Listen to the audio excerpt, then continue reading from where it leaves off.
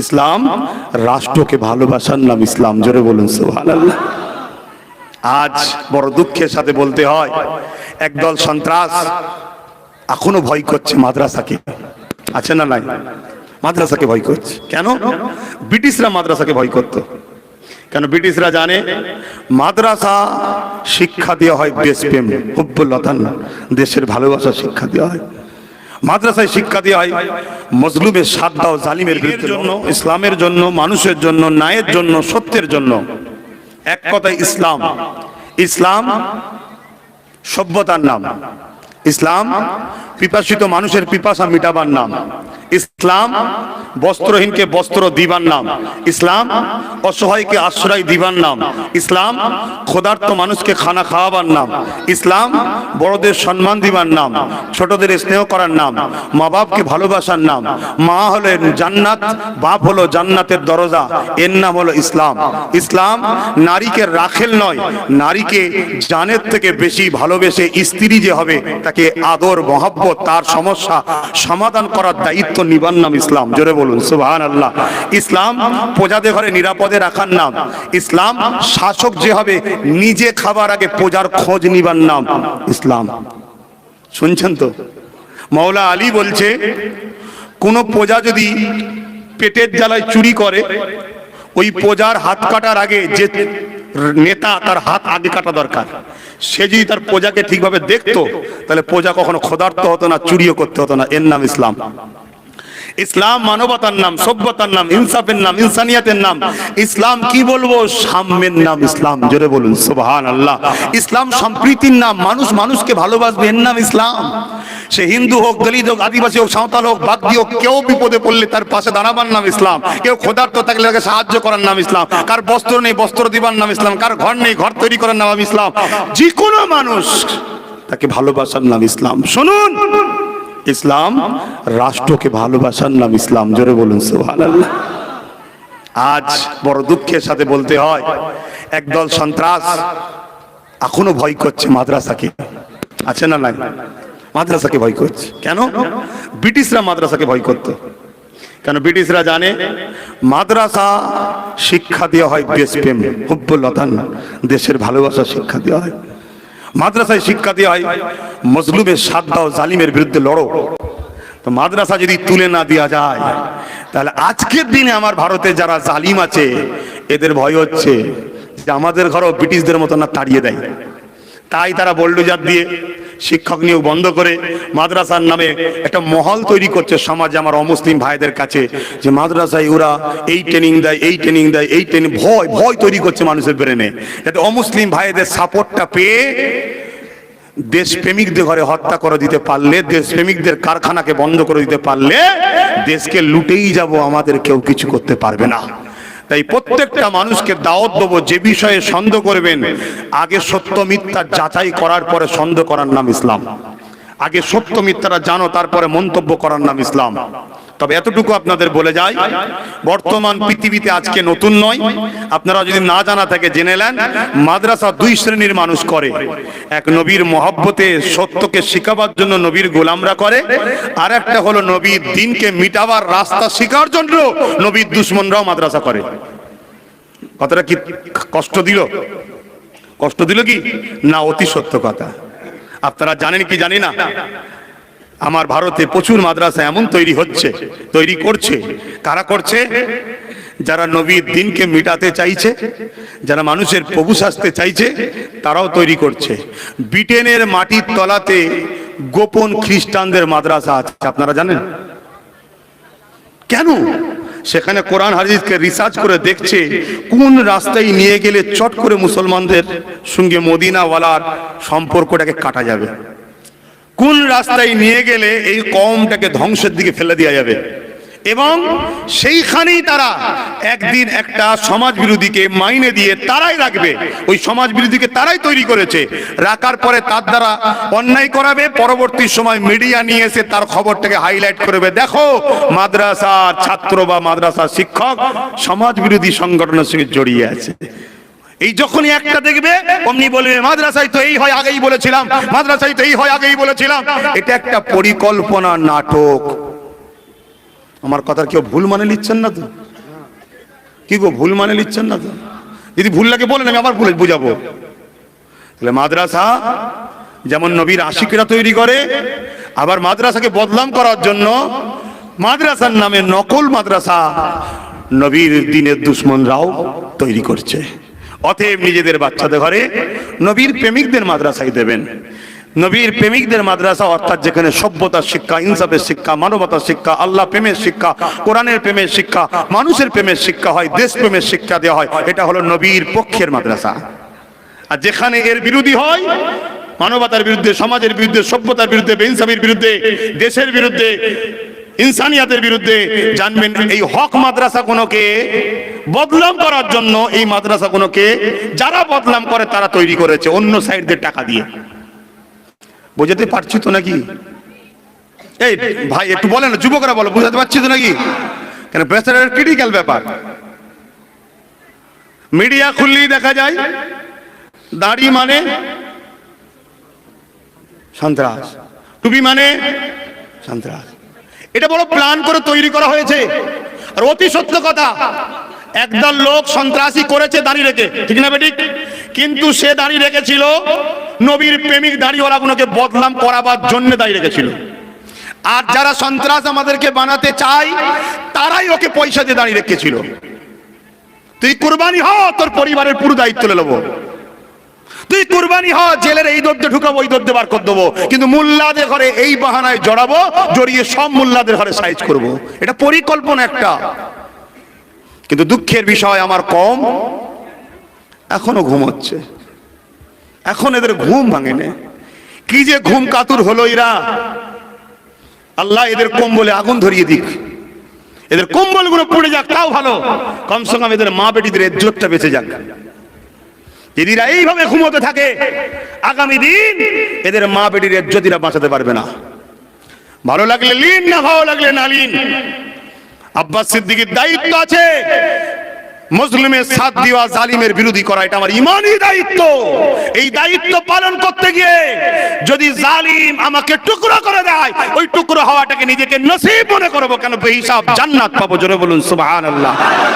আমরা দুনিয়ায় জন্ম হয়েছি শখ, শান্তি, আরাম আয়েশের জন্য নয়। আমরা আল্লাহর সৃষ্টিগুলোকে নাই সত্যের রাস্তা দিয়ে শান্তির রাস্তায় আনার জন্য জন্ম হয়েছি।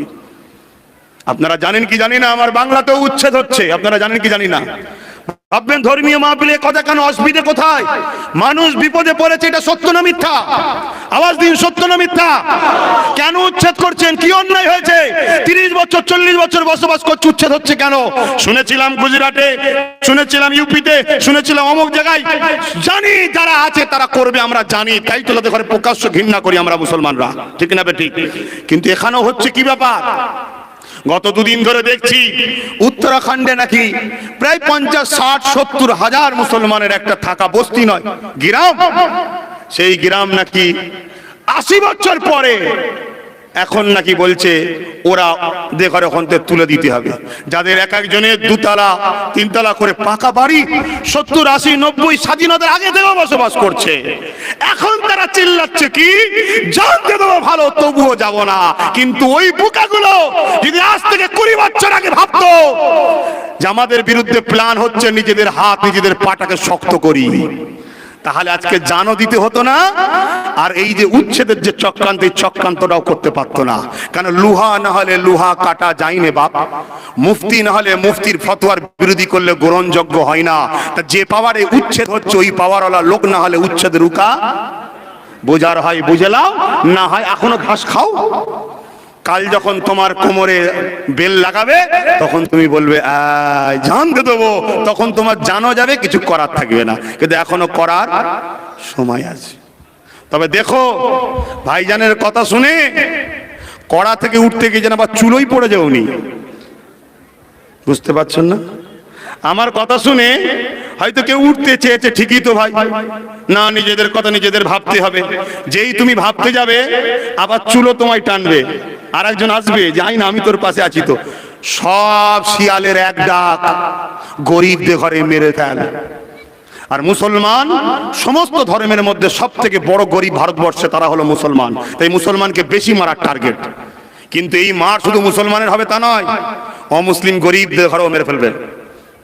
তুমি কি ভাবছো হিন্দু বলে বাদ? না, গরিব যদি হয় ও হিন্দু হয়েও শান্তি নেই। গরিব যদি হয় ও আদিবাসী দলিত যতই বলো আমরা পুরাতন ভারতীয়, ওদেরও শান্তি নেই। গরিবটাই হয়েছে কাল। যদি বলেন দুতলা বাড়ি, দুতলা বাড়ি থেকে দুতলা বাড়ি কি বড় লোকের? আজকাল গরিবদেরও দুতলা বাড়ি আছে, ঠিক না বেটি? 60, 70, 80 বছর ধরে দুতলা ঘর করেছে, বিরাট বড় লোক। তুমি বুঝতে পারছো না? ইস্ট ইন্ডিয়া কোম্পানি শুনুনি ইতিহাস?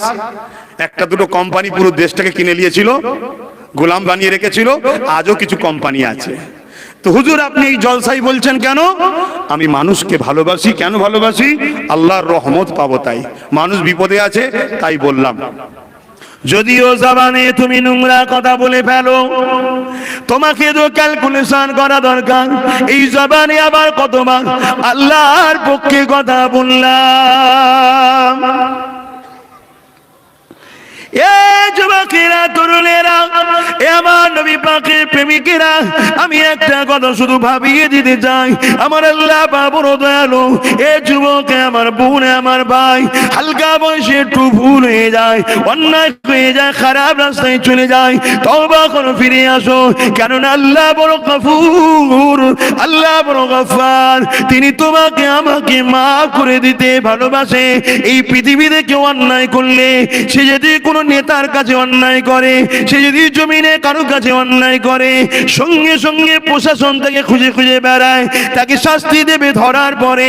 আর আমরা যদি আল্লাহ পাকের নাফরমানি করে অন্যায় করে ফেলি, আমার আল্লাহ প্রতিদিন তাহাজ্জুদের রাতে তোমাকে আমাকে রহমতি ভাবে, কুদরতি ভাবে ডাকে দেয়, খুঁজে ডাকে।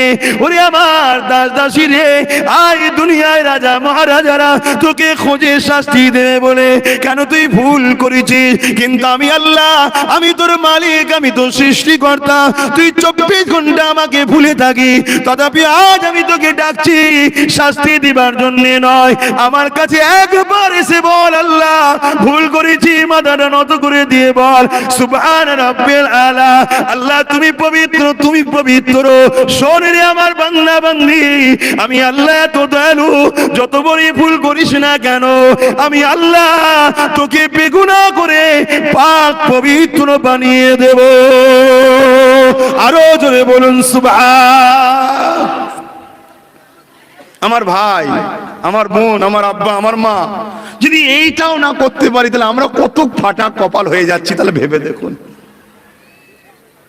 কত তাহলে আমরা খারাপ হয়ে যাচ্ছি।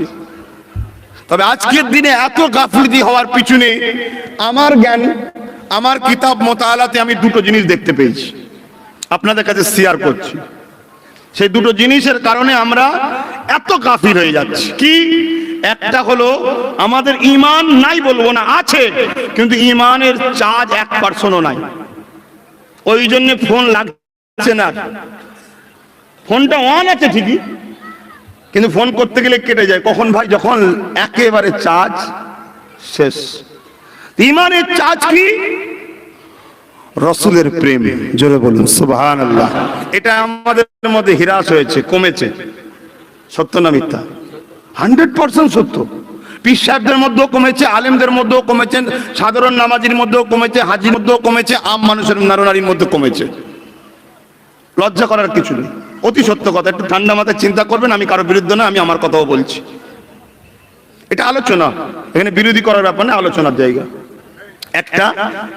আর দ্বিতীয়, আমাদের এই দূরত্বের কারণ হলো শয়তান ও শয়তানের চেলারা বড় প্ল্যান করে আমাদের ঘরে হারাম ভেতরে ঢুকিয়ে দিচ্ছে, আমরা বুঝতে পারছি না। হারাম খাদ্য ভেতরে ঢুকে যাচ্ছে, আমরা বুঝতে পারছি না।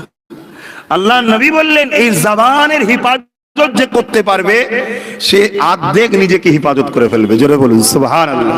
এই জবান এমন একটা জিনিস, এই জবান দিয়ে, এই মুখ দিয়ে আমরা একটা বাজারে শুকনো বিস্কুট কিনলাম, একটা শুকনো খাদ্য কিনলাম, যারা ইসলাম ও ইসলামকে ভয় খায়, সন্ত্রাস যারা, জালিম যারা, যারা সমাজ বিরোধী, মানবতা বিরোধী, নারীদেরকে রাখেল বানানো পছন্দ করে, যারা মানুষের প্রভু হতে চায়, ফেরাউনের মতো, উদবা, সাইবা, আবুল হাবের মতো, আজও আছে, নেই কে বলেছে, তারা সবসময় ইসলামের এই আলোকে ভয় করে, ইসলামের এই সত্যকে ভয় করে।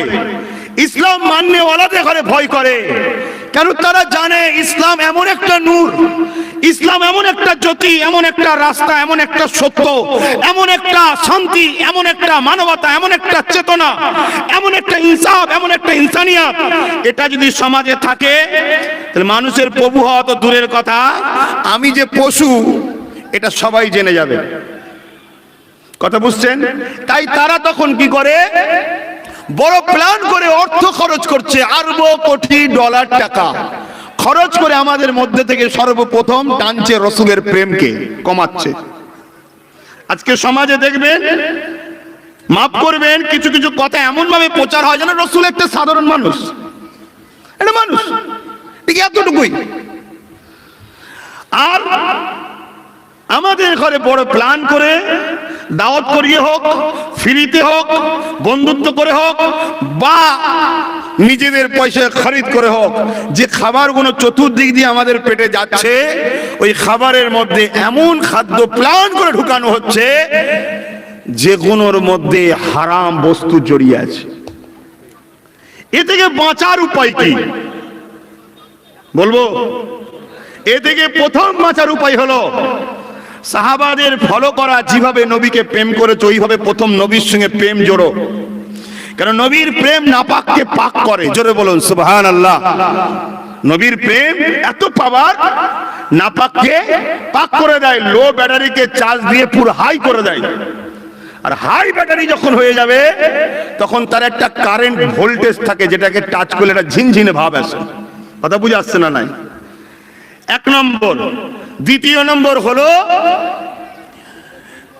বেশি করে আল্লাহকে স্মরণ করেন, জিকির ও সেজদার মাধ্যমে করে তাকে বলেন খোদা বাঁচার এখন উপায় নেই। কাকে বলবেন? যে আল্লাহকে, যে খোদা বাঁচার এখন উপায় নেই। এমন একটা সময় আপনি পাঠিয়েছেন, হাজারো চেষ্টা করে খোদা হচ্ছে না, স্পেশাল ভাবে আপনি আমাদেরকে বাঁচান। এই দোয়াটা তার কাছে বারবার করেন, তওবা করেন, ইস্তেগফার করেন। আমার আল্লাহ আপনার মধ্যে একটা প্রেম দেবে, ওই প্রেমে দেখবেন আপনার রোজা রাখার নেশা আসবে। যখনই রোজা রাখার নেশা আসবে তখন আপনার ভেতরটায় যদিও কিছু গাদ খারাপ চলে যায়, ওটাকে পুড়িয়ে ছাড়কার করে আপনার শরীরকে ভালো করবে। আর এই শরীর তখন নূরের লাইট দেবে, ভালো দিকে যাবে। জোরে বলুন সুবহানাল্লাহ। যদি আপনারা আখিরাত বিশ্বাস করেন, যদি আপনারা মানেন যে আমারও মৃত্যু হবে, আমাকে উঠানো হবে, সুম্মা নুফিকা উখরা ফাইযা হুম কিয়ামুন ইয়ানজিরুন, যদি আপনারা বিশ্বাস করেন ময়দানে মাশর বলে একটা জায়গা আছে, যদি আপনি বিশ্বাস করেন হিসাব নিকাশ হবে, যদি আপনি বিশ্বাস করেন পুলসুরাত চুলের থেকে সরু, হীরের থেকে বা তরোয়ালের থেকে ধার, যদি আপনি বিশ্বাস করেন ওই পুলের ওপর দিয়ে সবাইকে যেতে হবে, তলাটা হবে জাহান্নামের আগুন, পার হতে পারলেই জান্নাত, যদি আপনি বিশ্বাস করেন কিয়ামতের দিন মাথার এক বেগদা ইখতিলা এক হাতে পরে আল্লাহ সূর্য নামাবে, 12 গুণ তাপ বাড়বে, সূর্যের তাপেতে লোহা আগুনে দিলে যেমন পুরে লাল হয়, এই জমিনটা পুরে লাল হয়ে যাবে। ওই জমিনে আমাদের সবাইকে দাঁড়াতে হবে। আর জমিনে যেদিন হিসাব হবে ওই দিনের সময়টা কতদিন হবে?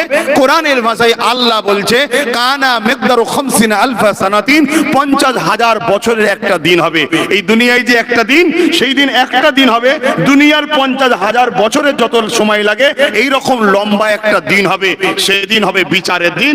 50,000 বছর কেটে যাওয়ার পর বিচার শুরু হবে। ততদিন সব বাপ হালুয়া টাইট হয়ে যাবে। শুনছেন আমার ভাইরা? যদি আপনারা মনে করেন আমরা সেদিন দেখে নেবো, খনি কি দেখবেন জানি না বাপ, তবে রাত্রিরে ঘুমাচ্ছিলাম একদিন, ডান দিকে কাঁধে শোয়া রাসূলের সুন্নাত। নবীর সুন্নাত মানেই লাভ, নবীর সুন্নাত যেখানে নেই সেখানেই লস। 1500 বছর আগে নবী বললেন ডান কাঁধ হয়ে শোবে। বিজ্ঞান বলছে মোহাম্মদ যখন বলেছে সাল্লাল্লাহু আলাইহি সাল্লাম, কিছু রহস্য আছে। রিসার্চ করে দেখছে ডান দিকে শুলে হার্ট ব্লক হওয়া থেকে বাঁচে, হার্ট ভালো থাকে, কিডনিও ভালো থাকে। জোরে বলুন সুবহানাল্লাহ। 150 বছরের বিজ্ঞানকে স্যালুট জানাই। তুই বারে রিসার্চ করলি, প্রেম তো আমি এমনি করি, নবী বলেছে শুই আমরা, ঠিক না বেটি?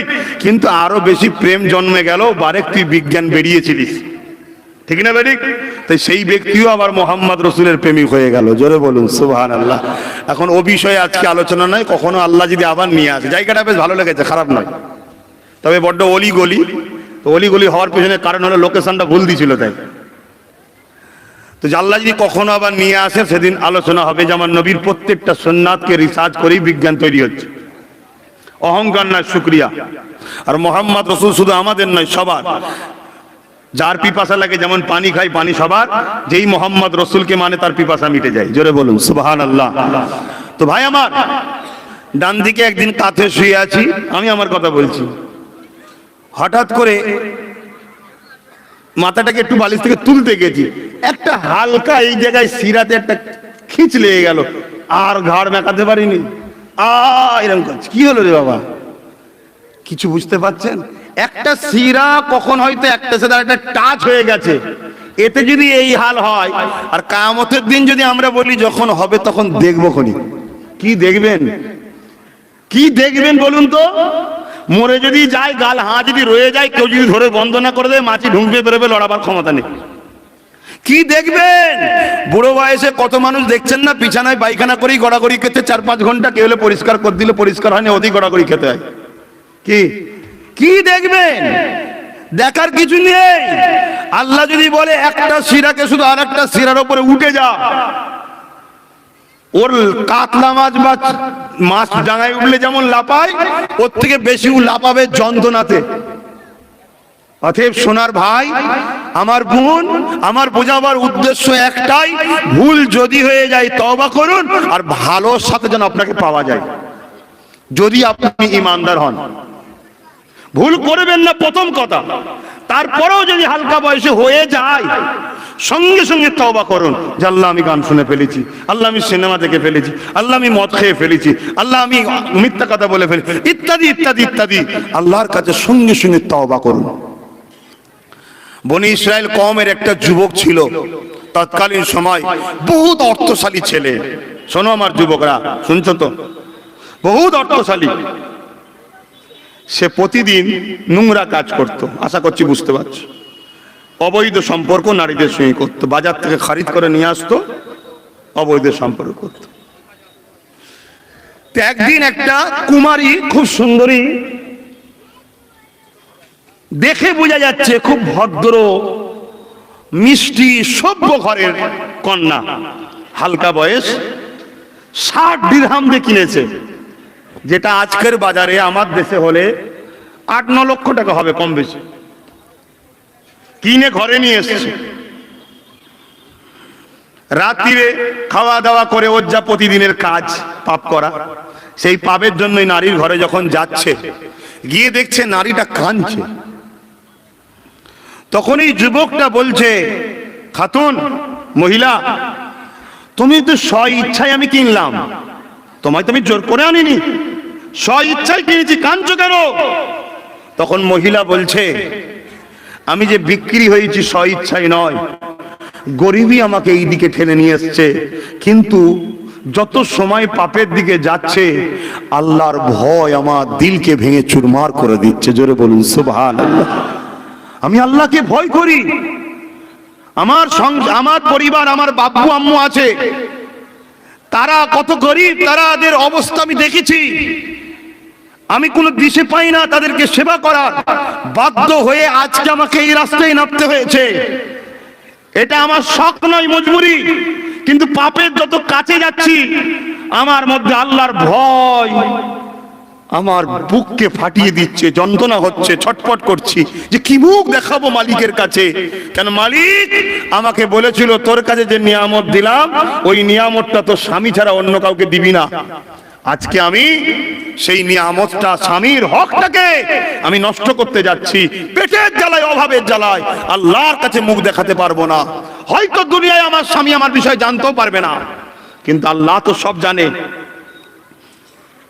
এইটুকু কথা যুবকটার মধ্যে একটা ধাক্কা লেগে গেল বুকে। হায় হায় হায় হায়, এত গরিব, এত দিন অভাবে থাকার পরও এ আল্লাহকে এত ভালোবাসে, এত ভয় করে। আর আল্লাহ আমাকে ধন দিয়েছে, ইজ্জত দিয়েছে, জমিদারি দিয়েছে, পাওয়ার দিয়েছে, লোক ভয়ে আমার সামনে কথা বলে না। আমি রোজ এত পাপ করছি, আল্লাহকে ভয় আমি করিনি, আমার কি হবে?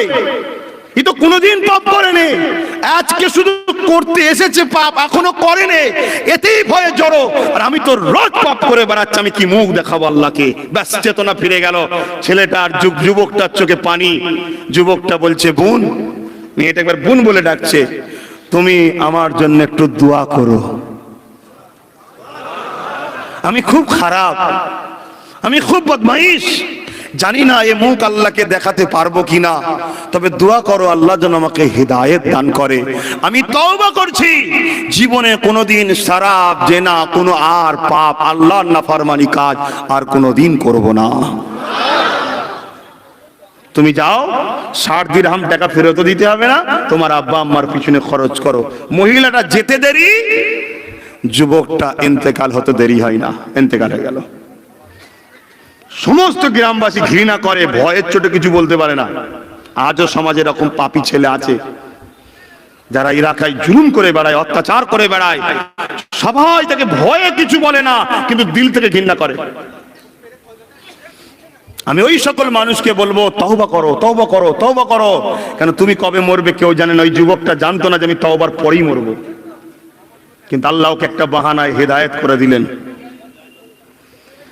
পরের দিন গ্রামের মানুষরা বেরিয়েছে, দেখছে ওই যুবকের দরজায় লেখা আছে, এ এলাকার মানুষ তোমরা আমার বন্ধুর জানাজায় শরীক হও। জোরে বলুন সুবহানাল্লাহ। কেন? এ গত রাত তওবা করেছে, তওবাকারীকে আল্লাহ পছন্দ করে, এর গুনাহকে আল্লাহ মাফ করে দিয়েছে। জোরে বলুন সুবহানাল্লাহ। আমি তুমি সবাই আল্লাহর, মালিকের, তিনি সুযোগ দিয়েছে তওবা করো। যুবক আমার, ভাই আমার, বোন আমার, তওবা করো, তওবা করো, তওবা করো, বেশি বেশি করে আল্লাহর কাছে কাঁদো। আর রাসূলকে রাসূল জেনে জানের থেকে বেশি ভালোবেসে মহব্বতের সঙ্গে তার সঙ্গে সম্পর্ক রাখো, এটা হলো ঈমান।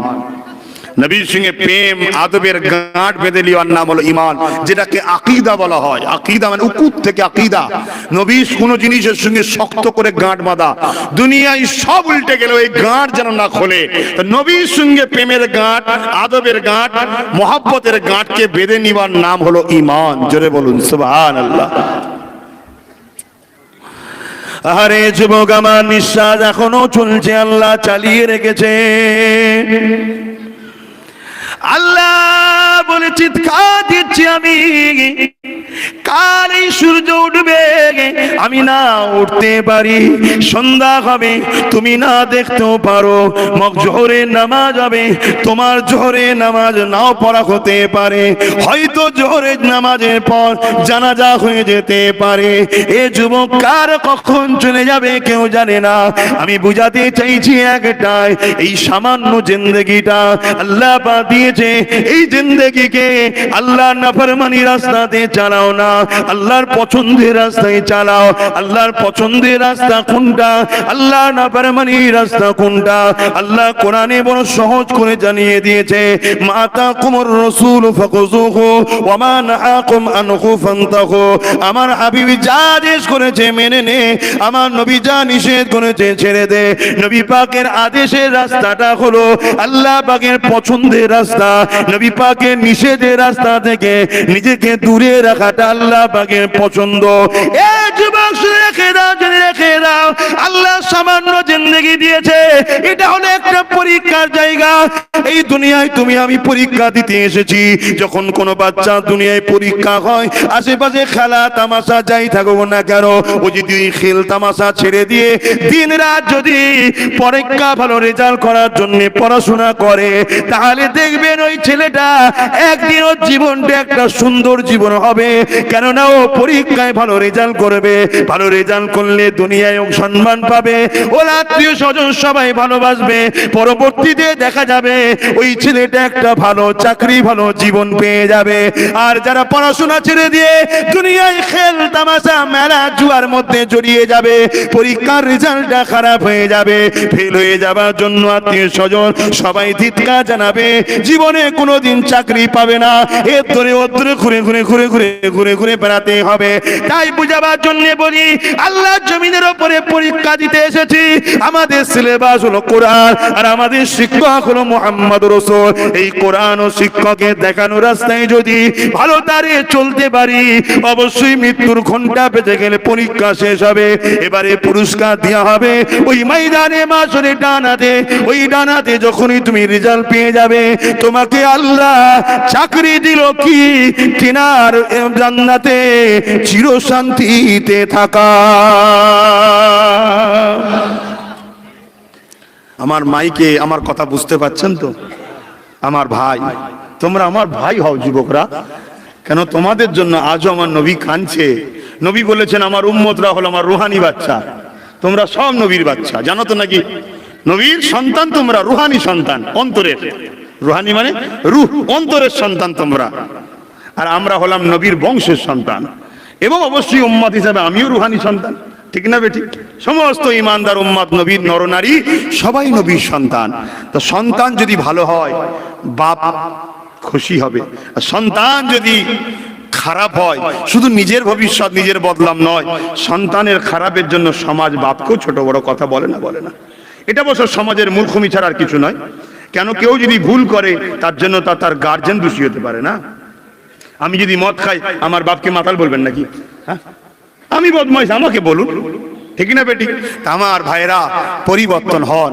আমাদের আখলাক, আমাদের আদর্শ, আমাদের উঠা বসা, আমাদের চালচলন, আমাদের সংসার জীবন, আমাদের অর্থনীতি জীবন, আমাদের রাজনীতির জীবন, আমাদের পারিবারিক জীবন, আমাদের এডুকেশন জীবন, আমাদের আত্মীয়তা জীবন, আমাদের কি বলে অমুসলিমদের সঙ্গে উঠা বসার জীবন, মানুষের সঙ্গে মিশার জীবন, সব জীবনটাই মোহাম্মদ রসুলকে ফলো করে চালাতে হবে।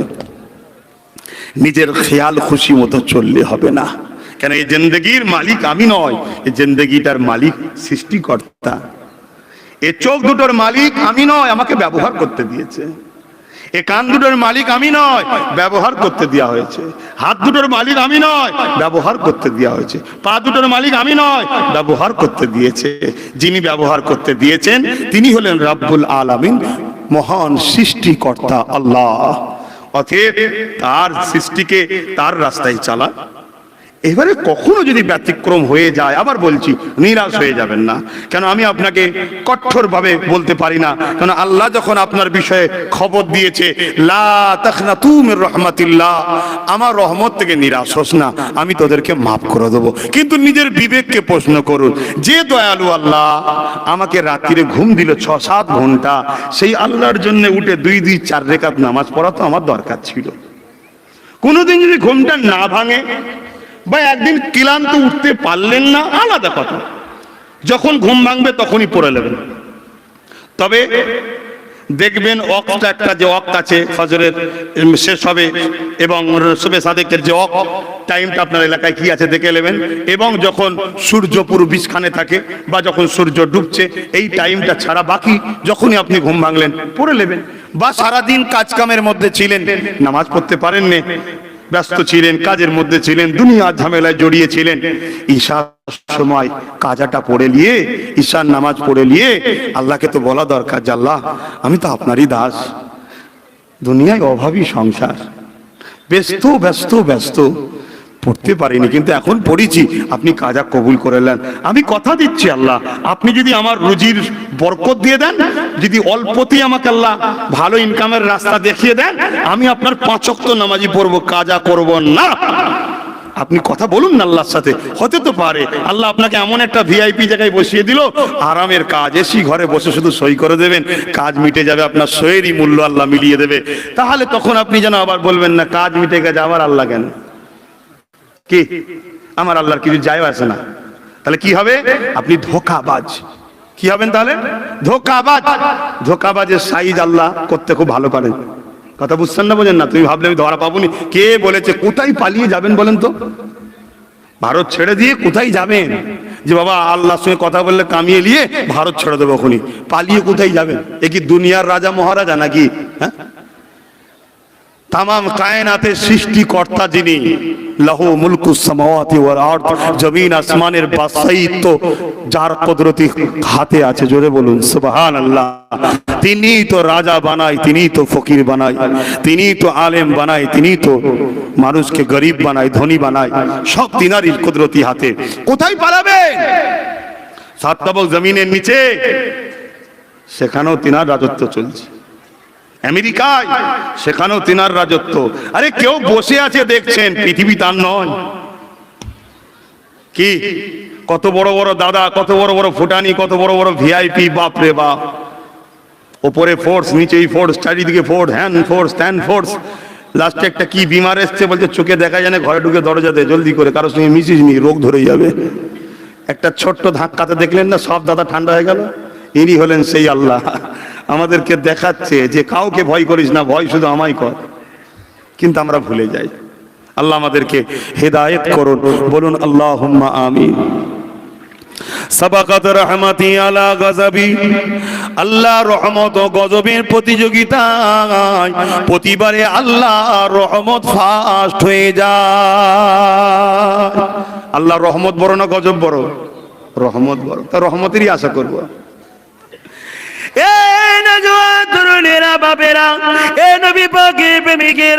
কাউকে আল্লাহ 30 বছর দিয়েছে, কাউকে আল্লাহ 40 বছর দিয়েছে, কাউকে আল্লাহ 50 বছর দিয়েছে, কাউকে আল্লাহ 100 বছর দিয়েছে, কাউকে আল্লাহ 70 দিয়েছে।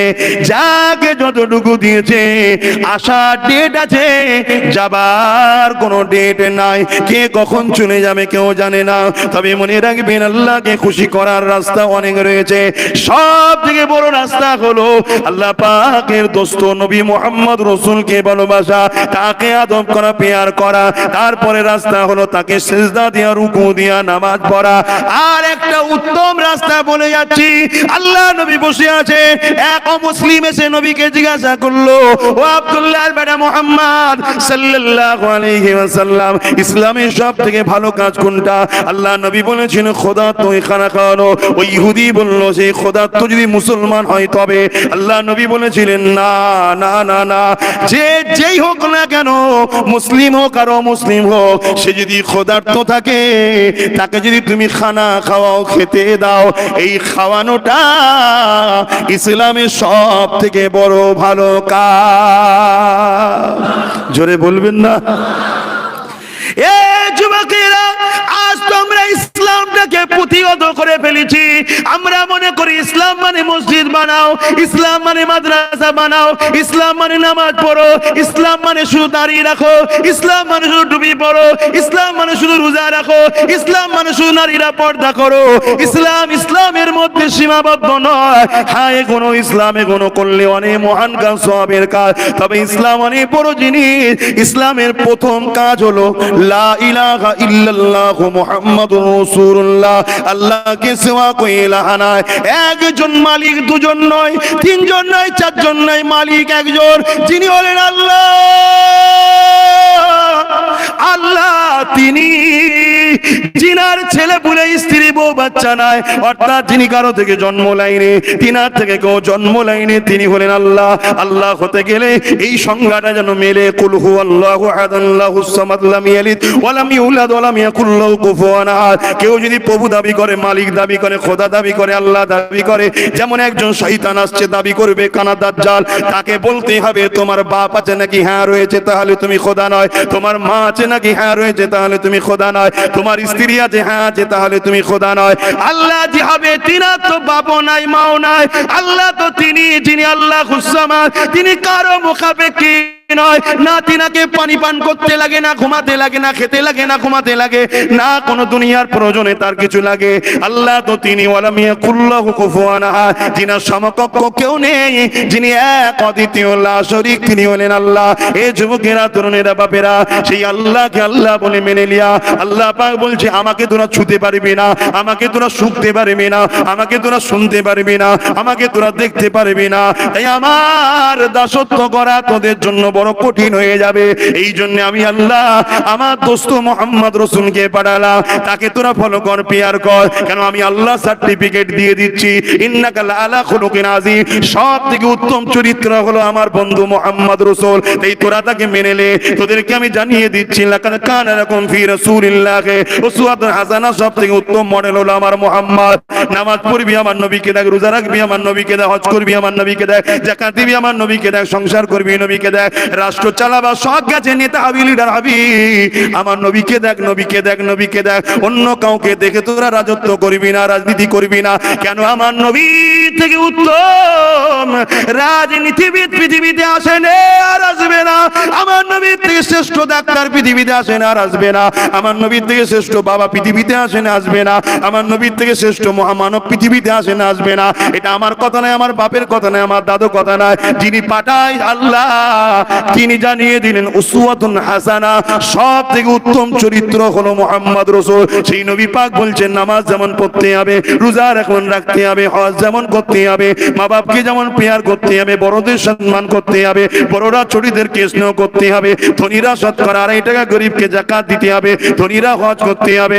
সেই নবী জানিয়ে দিলেন, লা ইয়ারহামুল্লাহু মান লা ইয়ারহামুন নাস, যে মানুষকে ভালোবাসে না তার উপর আল্লাহ পাকের দয়া হবে না। সেই মুসলিম হোক, হিন্দু হোক, দলিত হোক, আদিবাসী হোক, সাঁওতাল হোক, আল্লাহ সৃষ্টি মানুষ সবাইকে ভালোবাসতে হবে।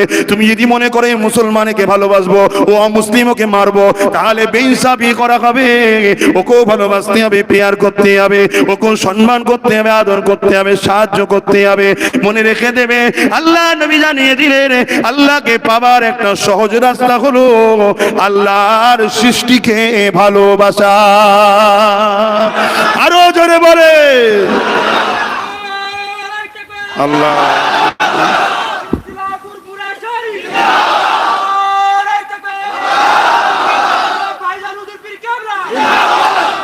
আল্লাহু আকবার।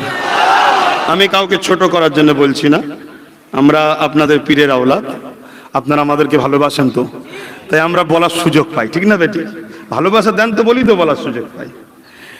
সিলসিলায়ে ফুরফুরা শরীফ বলবেন না, সিলসিলায়ে আহলে সুন্নাত ওয়াল জামাত। সিলসিলা মানে একটার পর একটা, একটার পর এক, পরস্পর শিকল ধাপ, এর মানে হলো সিলসিলা। ফুরফুরা শরীফ একটা জায়গার নাম, যেখানে আহলে সুন্নাত ওয়াল জামাতের পূর্ব ভারতের হেড অফিস আছে। পূর্ব ভারতের হেড অফিস কে? ফুরফুরা শেখ জাবানার মুজাদ্দিদ উলিল আমর আল্লামা সৈয়দনা আবু বকর সিদ্দিক আল কুরাইশি আহলে রাসূল দাদা হুজুর পীর কেবলা। ওটা হচ্ছে ওটা হেড অফিস পূর্ব ভারতের। কারণ পূর্ব ভারতে দ্বীন ইসলাম এসেছে 200 বছরের ইতিহাসে পাওয়া যাচ্ছে, দাদা হুজুরের মতো দ্বিতীয় কে আসেনি। আরেকজন এসেছিলেন কারামত আলী জনপুরি সাহেব, কিন্তু তিনার ভাষাটা উর্দু ছিল, আরবি ছিল, উর্দু ছিল, তাই মানুষ তিনাকে ভালোবেসে নিয়েছিল ঠিকই, কিন্তু তিনি চলে যাওয়ার পর মানুষ আবার ভুলের দিকে চলে গেছিল। কিন্তু দাদা হুজুরের ভাষাটা বাংলা, বাঙালি সন্তান মাতৃভাষাতে মানুষকে বুঝিয়েছে, এবং 2,500 থেকে 3,000 আরবি গ্রন্থকে আরবি টু বাংলা করে মানুষের কাছে তুলে দিয়েছে। এই মহান কাজে বসিরহাট আল্লামা হুজুরের বিশাল অবদান আছে। শুধু লিখেছে তা নয়, সব থেকে প্রিয় মানুষের কাছে যেটা, সেটা কি বলবেন তো? টাকা। এখন তো টাকাই মানুষের সব থেকে প্রিয়, বাপের থেকে প্রিয়, স্ত্রীর থেকে প্রিয়, স্বামীর থেকে প্রিয়, সন্তানের থেকে প্রিয়। কি বাস্তব দেখছি তো। কিন্তু হ্যাঁ, ইমানদারের কাছে টাকা প্রিয় নয়, ইমানদারের কাছে জানের থেকে প্রিয় রসুল। জোরে বলুন সুবহানাল্লাহ।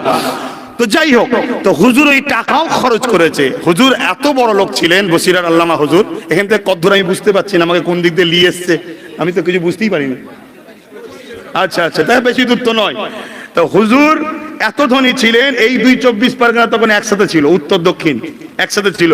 এই 2 24 পরগনার অর্ধেক কেনার ক্ষমতা ছিল, তার মানে পুরো উত্তর 24 পরগনাটাকে কেনার ক্ষমতা ছিল বসিরহাট আল্লামা হুজুরের। এত ধনী ছিলেন, সব টাকা পীরের মহব্বতে আল্লাহ আল্লাহ রসুলের যে দিন ইসলাম, এই ইসলামের প্রচারের জন্য কিতাব লিখতে বাস করতে করতেই সব শেষ করে দিয়েছে। জোরে বলুন সুবহানাল্লাহ। আমরা যদি সামান্য কিছু করি মনে করি বিরাট কিছু করে ফেলি, আরে কিছুই করুনি। আল্লাহ তোমায় পছন্দ করা, একটু দিনের কাজ করছো, শুকরিয়া আদায় করো। আল্লাহ দিন তিনি কার দ্বারা নেবে আল্লাহই ভালো জানে। তোমার দ্বারা লিখছে, তুমি একটু খুশি হও, যাক আমার কপালটা ভালো, ঠিক না বেটি? আমার বোঝাবার উদ্দেশ্য এটা, দাদা হুজুর রহমাতুল্লাহ আলাইহি সিলসিলায়ে মুজাদ্দিদুজ জামান বা সিলসিলায়ে আহলে সুন্নাত ওয়াল জামাত, অর্থাৎ আহলে সুন্নাত ওয়াল জামাতের সিলসিলার অনুসারী আমরা। আর এই সিলসিলার কেন্দ্র অফিস পূর্ব ভারতে কোথায়? ফুরফুরা শরীফ, যেটা জামানার মুজাদ্দিদ আহলে রাসূল মুজাদ্দিদ জামান আবু বকর সিদ্দিক দাদা হুজুর পীর কেবলা। আর শুনে রাখেন, কিয়ামতের শেষ দিন পর্যন্ত নেতৃত্ব কিন্তু কুরাইশ দেবে, এটা আপনাকে মানতে হবে, নবীর হুকুম। আব্দুল্লাহ ইবনে উমর থেকে রায়াত, কিয়ামত পর্যন্ত নেতৃত্ব কুরাইশ দেবে। আর কুরাইশের নেতৃত্ব যারা মানবে তারা রাসূলের হাদিসের আমলের জন্য নাজাত পাবে। জোরে বলুন সুবহানাল্লাহ। ভাইরা, যদি আল্লাহ আমাকে জবানে কথা না দিত, আপনারা আমাকে দাও তো করতেন না, আমি আপনাদের কাছে আসতাম না, এতগুলো মানুষ জড়ো হতে পারতেন না, আমি আপনাকে আল্লাহ পাকের কথা শোনাতে পারতাম না। আল্লাহ বড় দয়া করে আমার জবানে কথা দিয়েছে, তাই আমি আপনাকে কোরআন শোনাচ্ছি, তাই আমি আপনাকে রাসূলের কথা শোনাচ্ছি, তাই আমি আপনাকে আল্লাহর কথা শোনাচ্ছি। এ যুবক, তুমি নিজের দিকে তাকাও। আল্লাহ যদি তোমাকে জবানে কথা না দিত, তাহলে দুনিয়ায় তুমি বাপকে ডাকতে পারতে না, মাকে ডাকতে পারতে না। একদিন তোমার বাপই তোমাকে বলতো, কি বলছিস হাবা আমি বুঝতে পারি না, কি বলছিস বুবা আমি বুঝতে পারি না। তোমার দিলটা ভেঙে যেত, তোমার কত কষ্ট হতো। এই জবান নিয়ে তুমি মিথ্যা কথা বলবে না। এই আল্লাহ দিয়া জবানে কাউকে গালি দিও না, এই আল্লাহ দিয়া জবানে কারো বিরুদ্ধে মিথ্যা সাক্ষী দিও না। এই আল্লাহ দিয়া জবানে তুমি এমন শিরকি স্লোগান দেবে না যাতে আমার আল্লাহ পাক খুশি হয়ে যায়। তোমাকে আল্লাহ জবান দিয়েছে, এই জবানে তুমি দরুদ পড়বে, এই জবানে কোরআন পড়বে, এই জবানে মা বাপকে ডাকবে, এই জবানে তুমি গরিব অসহায়দের পাশে দাঁড়িয়ে তাদেরকে সৎ পরামর্শ দেবে, এই জবানে সত্য কথা বলবে। এই জবান দিয়ে তুমি যখন খুবই কষ্ট হবে আল্লাহর কোরআন তিলাওয়াত করে আল্লাহর কাছে দোয়া চাইতে থাকবে। সেই জবানে বলুন সুবহানাল্লাহ, আরো জোরে বলুন সুবহানাল্লাহ। কেন জবান যিনি দিয়েছে তিনি সুবহান, তিনি মহান আল্লাহ, তিনি পবিত্র। কথা বুঝে আসছে? এজন্য আল্লাহ দিয়েছে। এই জবানকে জবানের জায়গায় খরচ করো, না হয় কিন্তু জবানের হিসাব কিয়ামতের দিন নেওয়া হবে। ভয় করো মালিককে, ভালোবাসো মালিককে। সৃষ্টিকর্তা কত সুন্দর করে আমাদেরকে বানালেন। সূর্য দিয়েছেন আমাদের কাজ কামে যাতে করতে সুবিধা হয়, আলো। আর চাঁদ দিয়েছেন আমাদের জন্য মাসের হিসাব, আর তারা দিয়েছে আমাদের লাইট ল্যাম্পের জন্য। কত সুন্দর সিস্টেম করে তিনি বানিয়েছে আমাদের জন্য। মুসলমান ঘরের ছেলে মেয়েরা, তরুণেরা, বাপেরা, তরুণেরা, হালকা বয়সে মানুষ মাত্র ভুল হয়ে যায়। আল্লাহ দুটো পা দিয়েছে, যদি দুটো পা না দিত, তুমি আমি যদি পঙ্গ হতাম, তুমি আমি যদি প্যারালাইসিস হয়ে যেতাম, তোমার আমার দুটো পা যদি না থাকতো, তোমাকে তোমার আব্বা তোমার আম্মাও একদিন পূজা মনে করত। দুনিয়ায় যারা তোমাকে এত সম্মান করে, তুই না হলে চলবে না, তুই তো সমাজে সবকিছু এতই তেল দেয়, তারাও তোমাকে কিন্তু গুরুত্ব দিত না। এই সমাজে তোমাকে সবাই অবহেলা করত। কিন্তু এই দুটো পা যিনি দিয়েছে, এ যুবক, সেই পা দিয়ে তুমি তার জন্য কি করলে বলো, তার রাস্তায় কতবার চললে বলো, তার দিকে কতবার গেলে বলো। তিনি দুটো পা দিয়েছে তোমাকে কি জন্যে?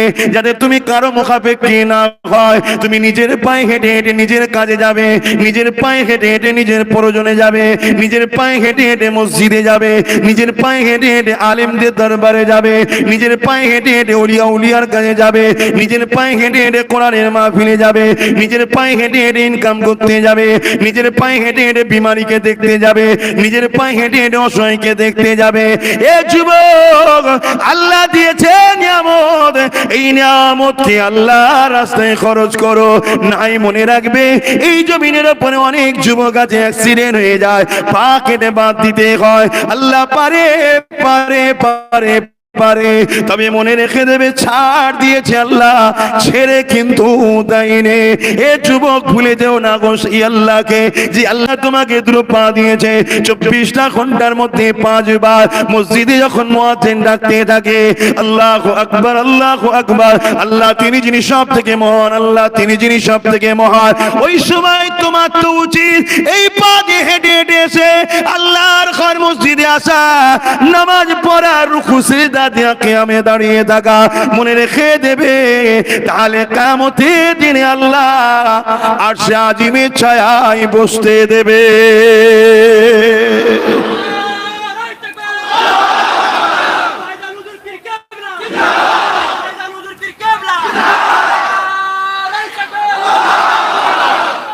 ওয়াজ শুধু শোনার জিনিস নয়, ওয়াইজিন আলাদা, বক্তা আলাদা।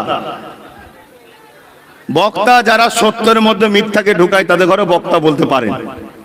ওয়াইজিন কারা? যারা নিজের কথা বলে না, ভালো কথা মানুষকে শোনায়। ভালো কথা কোনটা? আল্লাহ ও রসুলের কথা, অন্য কারো কথা ভালো কথা হতে পারে না। যদি বলেন ওলিয়া উলিয়াদের বাদ দিলেন কেন? ওলিয়া উলিয়াদের মুখ ছিল কথা আল্লাহ ও রসুলেরই ছিল, তারা নিজেদের মন গড়া কিছু বলে না, ওই আল্লাহ রসুলের কথাই বলেছে। তাই আপনাদেরকে বলছি ভাবুন, ওয়াজ ভালো কথার উপদেশ, ভালো কথার উপদেশ দিচ্ছি, ভাবুন। হালকা বয়সে দুনিয়াদারি, ব্যবসা কারবার, সংসার সব কিছুই হবে, কিন্তু তার মধ্যে আপনাকে ভাবতে হবে কোন কাজটা করলে আল্লাহ অপছন্দ, ওই কাজটা থেকে নিজেকে দূরে রাখা। যে কাজটা করলে আল্লাহ খুশি হবে ওই কাজটা করা। আল্লাহ আমাদের সবাইকে কোটিপতি করে পাঠিয়েছে। কি গো, পাঠিয়েছে না পাঠায়নি?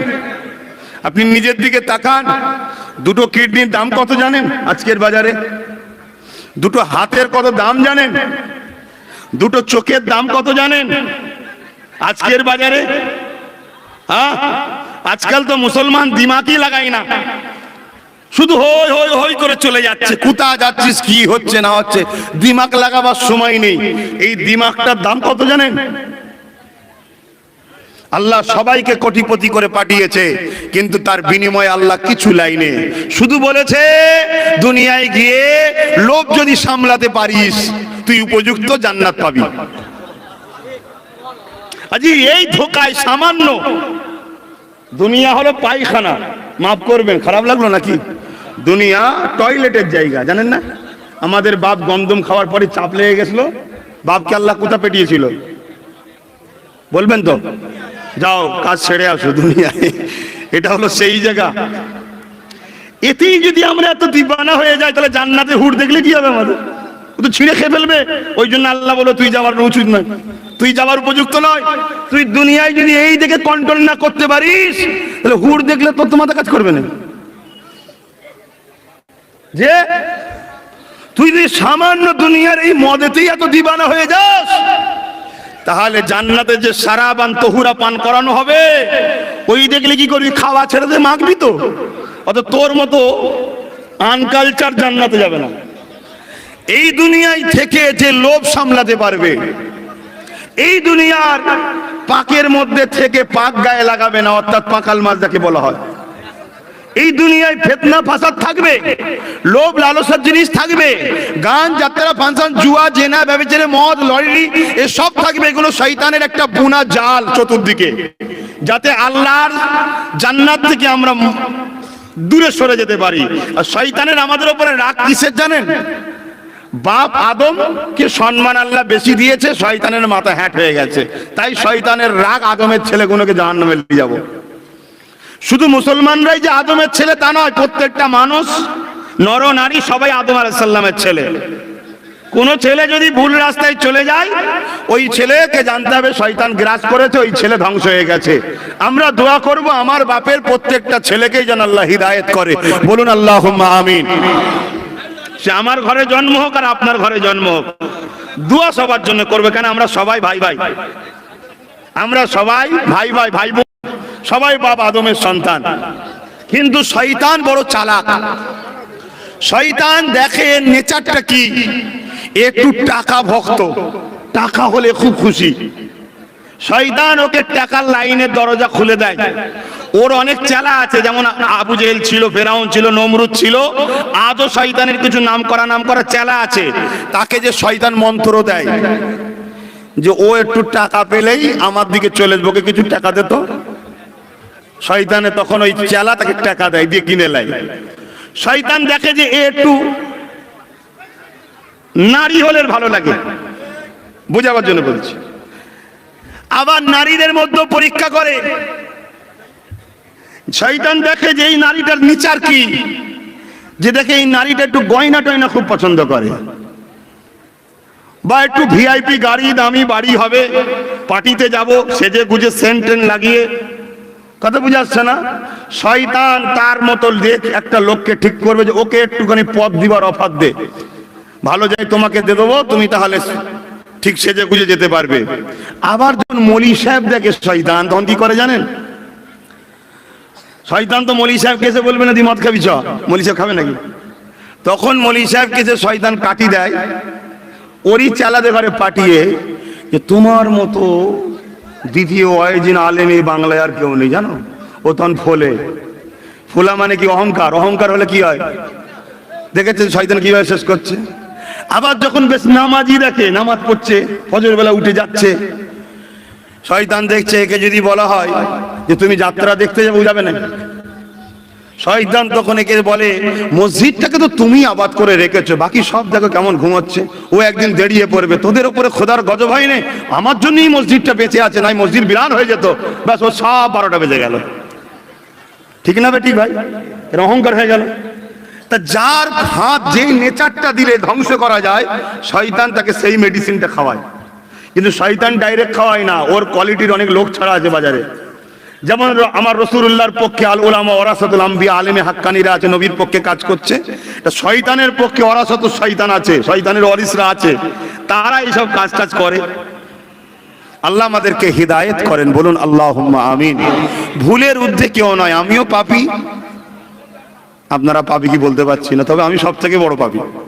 কিন্তু আমার আল্লাহ রহমানুর রহিম, বাস ওই জায়গাটায় আমার বাঁচার একটা আশা, যে তিনি বড়ই দয়ালু।